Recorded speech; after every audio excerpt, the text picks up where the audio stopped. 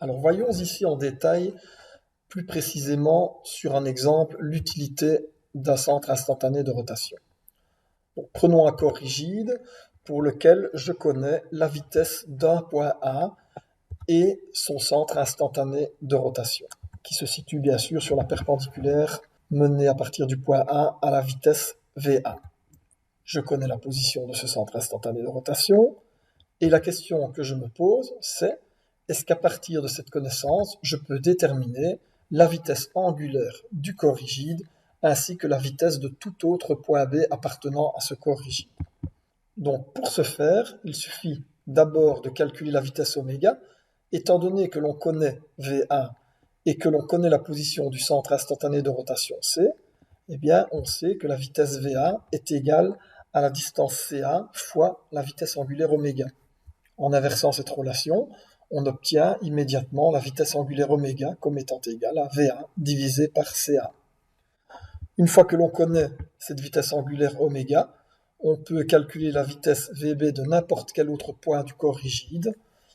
Il suffit pour cela de calculer la distance du centre instantané de rotation C au point B, la distance CB, et de multiplier celle-ci par oméga pour obtenir la vitesse VB. Au final, VB est donc égal à VA fois CB sur CA. On voit donc qu'à partir de la connaissance d'une vitesse d'un point du corps rigide et de la position de ce centre instantané de rotation, on obtient très facilement la vitesse de n'importe quel point B.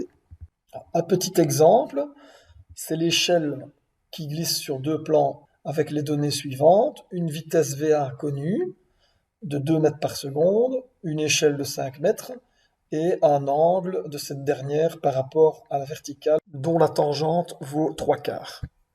La question ici, première question, c'est où se situe le centre instantané de rotation? Il est très simple de trouver la position de ce centre instantané de rotation puisqu'il se situe sur les perpendiculaires aux deux directions des vitesses connues. Ici, on sait que le point B glisse sur le plan vertical, sa vitesse VB est donc verticale. On trace la perpendiculaire en B à cette vitesse. On sait que le centre instantané de rotation se situe sur cette perpendiculaire. On fait de même avec le point A qui glisse sur le plan horizontal. Sa vitesse V1 est donc horizontale. On trace une perpendiculaire. Et l'intersection des deux perpendiculaires est forcément la position du centre instantané de rotation. Deuxième question, si l'on connaît V1, que vaut la vitesse angulaire à ce moment de l'échelle? Comme on l'a vu sur les images précédentes, étant donné que l'on connaît la vitesse VA du point A et que ce dernier tourne autour du centre C, sa vitesse est égale à la distance CA fois oméga. Par conséquent, si je connais VA, je peux déterminer oméga comme étant égal à VA divisé par la distance CA. En l'occurrence, ici, VA vaut 2 mètres par seconde et CA lui vaut 4 mètres. Par conséquent, cette vitesse angulaire est d'un demi-radian par seconde. Suis-je capable maintenant de calculer la vitesse VB? Que vaut-elle? Eh bien, cette vitesse VB, maintenant que je connais la vitesse angulaire du corps rigide, oméga, qui vaut 1 demi, je connais la position du centre instantané de rotation, qui est à une distance de 3 mètres du point B. Par conséquent, je peux calculer facilement la vitesse du point B comme tournant autour du point C à la vitesse angulaire 1 demi et à une distance de 3 mètres. Autrement dit, la vitesse VB est égale à oméga fois CB, c'est-à-dire 1 demi fois 3. Autrement dit, 1,5 mètres par seconde. Si l'on écrit cette relation en fonction des données initiales, qui étaient V1 et les distances CB et CA, on obtient que VB est égal à VA fois CB sur CA, c'est-à-dire VA 2 mètres par seconde et CB sur CA, c'est 3 divisé par 4.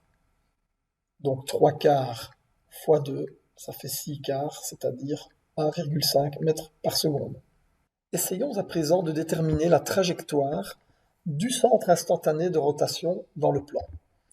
Donc on va tracer ici géométriquement le centre instantané de rotation à chaque instant du glissement de l'échelle sur les deux plans. on commence lorsque l'échelle est pratiquement verticale. On note le point CIR en bleu, ici, dans le plan. Vous remarquerez que ce centre instantané de rotation est extérieur au corps rigide qui est l'échelle.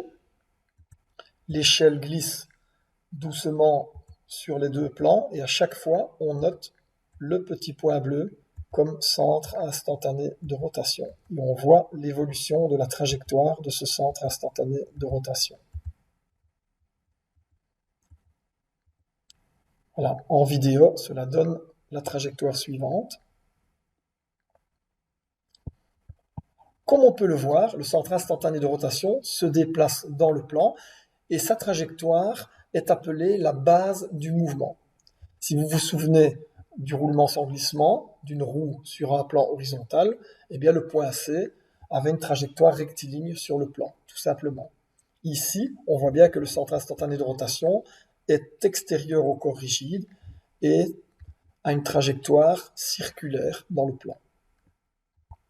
Si maintenant, on veut rechercher la position du centre instantané de rotation par rapport au corps rigide ou sur le corps rigide. Alors comme ici il est extérieur au corps rigide, il faut un peu d'imagination. On va imaginer que le corps rigide, qui est l'échelle, est en fait plus large et est composé d'une plaque plus grande que l'échelle elle-même. Et on va tracer sur cette plaque la trajectoire du centre instantané de rotation. Donc ici, il est tracé en rouge. Encore une fois, je vais tracer en même temps le point bleu qui représente la position du CIR dans le plan et le point rouge représente, elle, la position du CIR sur le corps rigide. Encore une fois, pour chaque position, on obtient les trajectoires suivantes.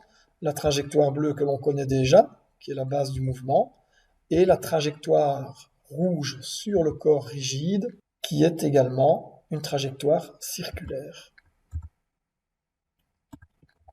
Au final, on voit que le centre instantané de rotation se déplace également sur le corps rigide. C'est ce que l'on appelle la roulante. Il y a roulement sans glissement de la roulante sur la base du mouvement. Faites bien attention, comme on peut le voir ici, le centre instantané de rotation, qui est un point du corps rigide, a une vitesse nulle, mais a une certaine accélération puisque ce point se déplace. Il a une trajectoire dans le plan et il a une trajectoire sur le corps rigide.